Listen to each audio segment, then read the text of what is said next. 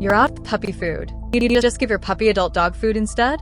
Let's break it down. Technically, yes, puppies can eat adult dog food, but it's not ideal for their growth and development. Puppies need more protein, fat, and essential nutrients to support their fast-growing bodies.